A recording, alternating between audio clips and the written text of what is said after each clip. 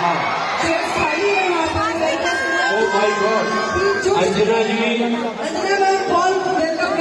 अंजना जी और बिहार और पटना, अंजना जी का पटना, बिहार और मेरा बहुत पुराना रिश्ता है बहुरानी का।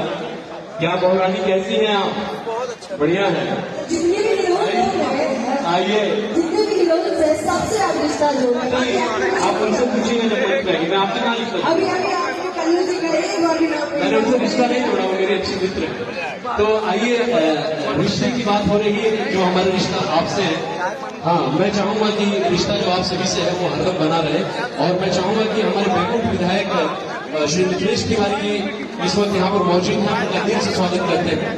बैकुंठपुर विधायक हमारे मिथिलेश तिवारी जी, हम उनका दिल से स्वागत करते हैं, और थोड़ी देर के बाद हम उन्हें मंच पर आमंत्रित करेंगे सर को, और उनसे आशीर्वाद भी डेफिनेटली देंगे। लेकिन आइए, उसके पहले प्रोमिला घोष जी हैं इस परफॉर्मेंस के लिए जोरदार ताली के साथ